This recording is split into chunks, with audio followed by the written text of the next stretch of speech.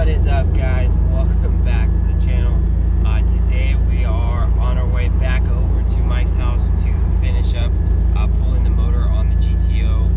We have a little bit more work to do basically to get it out of the car. We also have been kind of playing around with the idea of what we're going to do as far as, like, I really wanted to clean up the engine bay like I told you guys in the last video. I just, you know, I've had a hard time like deciding, do I just park the GTO for a little bit, you know, do what I really want to do, or do I just, like, you know, put it back together, get it running, get it driving, and then kind of do what I want to do. And that's mainly, you know, having to do with all the electrical stuff.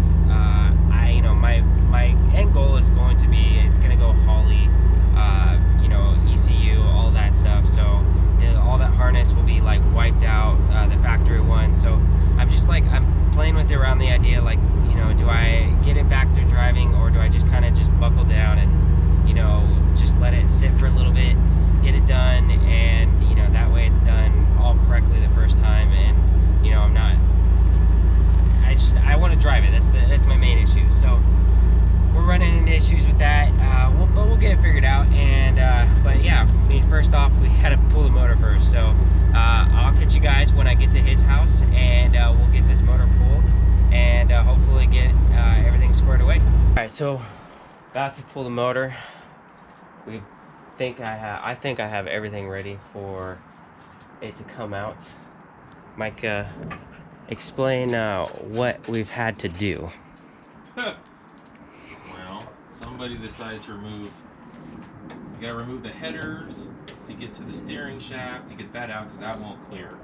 You gotta release the motor mounts, because someone put in race ready, stiff, billet aluminum mounts only.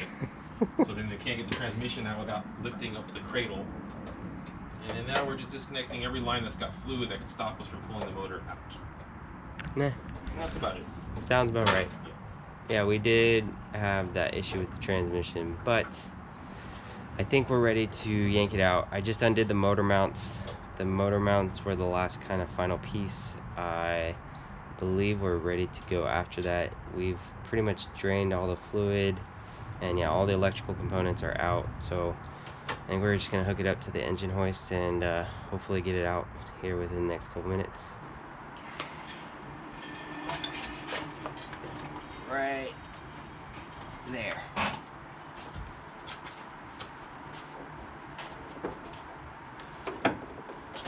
What it feel like? What it look like? What it be like? They ain't gotta like it, they just gotta live with it. Got my money working, you know what I did with it. Take it to the field, treat it like a coin toss. Girl, I got it covered, I'm a Louis loincloth. But he ain't really with the gang, that's a fact. Had baby doing something strange for the snap.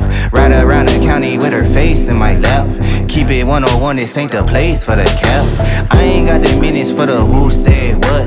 Piling up the digits on a goose egg hunt. About to take a quarter to the ball cap. Alright, so we have it out. Motor is officially gone. Oh, it's sitting right there actually. But now our only issue we're having is we gotta put it on the engine stand, and we don't have bolts to put it on there. So I gotta run to Home Depot, and so I can get some bolts to fit into the block so we can get this thing on the engine stand. And then we can start working on the inside of this thing. The next thing we're going to do is we're going to drop the K-member, because I have my fancy new tubular K-member over there. That's going to be going in here, and then we can start cleaning up the engine bay. A lot of this stuff is going to be going, so it'll be nice to simplify the means. How? Huh? We're good. Oh, you found some? Yeah. Oh. Well, then never mind.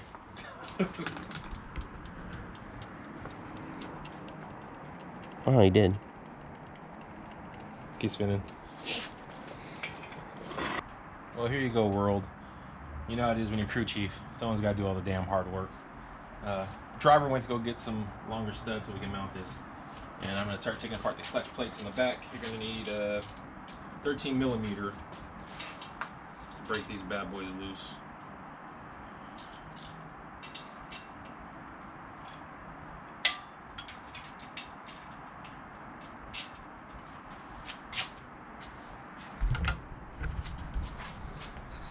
Mantic 3-stage clutch, 13 millimeter. Crack them all loose, work your way out. All right, so after you're done working off all 8 of the clutch plates, 13 millimeter bolts, it's gonna look a little something like that when you're done. Notice you got that. Notice also that you have the spacers on top of each clutch plate, 1, 2, 3. So be careful when you start to loosen all these up because they're gonna want to, of course, fall off. Of course, always keep it nice and tidy. Label everything. Take your time, do it right. So here comes the first plate that comes off. Then you're gonna notice the second plate. Notice the spacers. Just be careful when you bring those down. And then you keep going from there, okay? All right, so we got 1 plate down. Moving on to the next one. Like I said, just make sure you take your time, go nice and slow. Stack it in the same order you took it off in.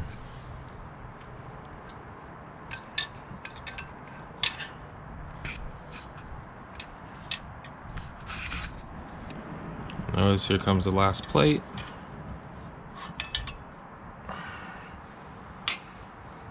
And notice everything should line back up again. And notice all the spacers. Make sure you don't lose those. Come on out. There should be 2, 4, 6, 8. There's your Mantic clutch disassembly. All right, so here we are after the stage 3 clutch is off the Mantic. You're gonna have 15 millimeter flywheel bolts. Got the back off all 6 of these to get the rest of the assembly off so you can mount this onto the engine stand. So once again, 15 millimeters. Gotta get a little bit of muscle to get this flywheel off so you can mount it onto your engine stand. A little tidbit for the viewers at home. Start all these off loosening them by hand, please. If you want to be fancy, then use your gun to rivet them off. But please start them all by hand. Makes your crew chief happy, promise. All right, so after you've loosened up all 6 of your 15 millimeter flywheel bolts, make sure you inspect them, make sure the threads are still good. Of course, label everything in the bag, please. And a little bit of pressure, voila. And we are off. So then when you're done, back of the block is clean and fresh. Notice no wear and grooves. We're still good right there. Beautiful. Flywheel is off. And that's how you remove your Mantic clutch and just do the reverse to go ahead and install. Of course, always check your torque figures and specs. Just waiting for my driver to come back with them bolts so I can mount it on the stand right there. All right. And then also, the goat looking a little empty right now. Looks like he's missing a heart. Well, I would count this as a successful day today. We were able to remove the engine. Basically, we're getting it prepped for the new K members going to be going in shortly. I'm super excited to do that, and also just kind of clean up this engine bay is really what I want to do. We're going to be removing, I would say, like 70% of the stuff that's in this engine bay so far, and then hopefully get it painted. I'm still kind of playing around with that idea on what I want to paint it exactly, just because I know the color is always going to be changing on the actual car.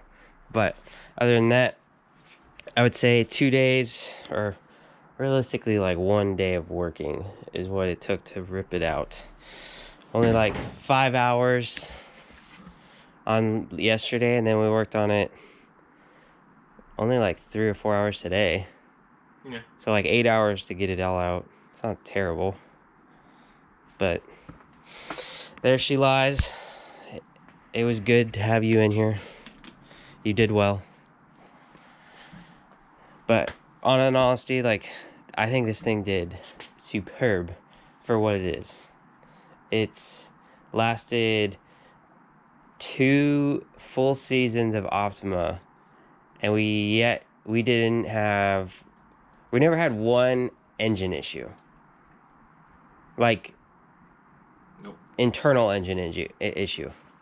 We've had like belt issues and stuff like that, but like we never had one issue as far as like car was like losing power, doing anything like that. Like that was always like never an issue. Very reliable. Very reliable. Shoot. if I can get it, if any motor can last 2 seasons of Optima, like autocross, all that stuff, and I'm not light on it either. Like, shoot, I rev this thing to like 7,000, and during autocross runs and like other stuff, I'm hitting the rev limiter like constantly, and I'm just banging it all. I don't drive it easy, so I'm super excited, or I'm just super pumped on how well this thing did, and I think this will be a good transplant for Big Bird. This will do Big Bird well. Time to let Big Bird fly.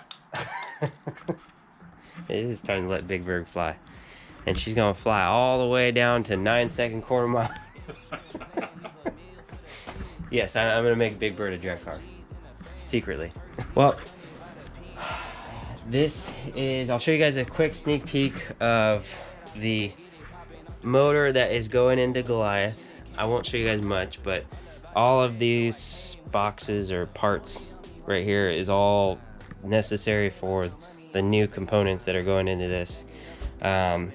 We will not be, I will say that it's going to be minimum 750, 800 wheel, possibly 1,000 because we're keeping nitrous. So that's all I'm going to say as far as now. If you guys know, you know, but if you don't, then just have to stay tuned.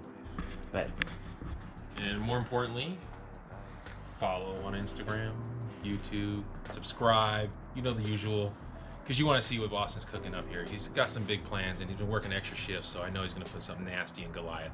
That's all I can tell you. Crew chief, I can't say much. Please follow us. Catch you next time.